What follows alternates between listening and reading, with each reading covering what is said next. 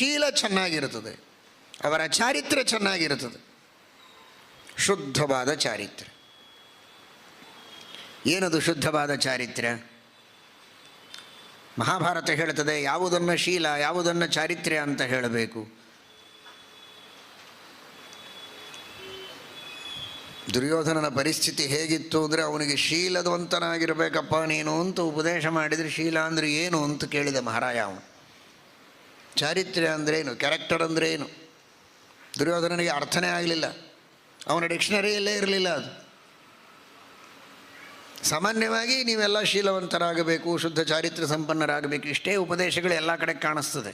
ಆದರೆ ಮಹಾಭಾರತದಲ್ಲಿ ಪ್ರಸಂಗ ಹೀಗೆ ಬಂತು, ಶೀಲವಂತನಾಗಬೇಕು ಅಂದರೆ, ಶೀಲ ಅಂದರೆ ಏನು, ಏನು ಶೀಲವಂತನಾಗಬೇಕು ನಾನು? ಅದಕ್ಕೆ ಶೀಲ ಅಂದರೆ ಬೇರೆ ಏನಲ್ಲ, ಯಾವುದನ್ನು ಸಜ್ಜನರ ಸಭೆಯಲ್ಲಿ ಧೈರ್ಯದಿಂದ ಎದ್ದು ನಿಂತು ನಾನಿಂತಹ ಕೆಲಸ ಮಾಡಿದ್ದೇನೆ ಅಂತ ಹೇಳಿಕೊಳ್ಳಬಹುದಲ್ಲ, ಅದು ಶೀಲ ಅಷ್ಟೇ. ಹಾಗೆ ಹೇಳಿಕೊಳ್ಳುವುದಕ್ಕೆ ಸಂಕೋಚವಾಗ್ತದೆ, ಮುಜುಗರ ಆಗತ್ತೆ, ಕಷ್ಟ ಆಗತ್ತೆ, ನಾಚಿಕೆ ಆಗ್ತದೆ ಅಂದರೆ ಅದು ಶೀಲ ಅಲ್ಲ. ಇಷ್ಟೇ ಪರಿಭಾಷೆ.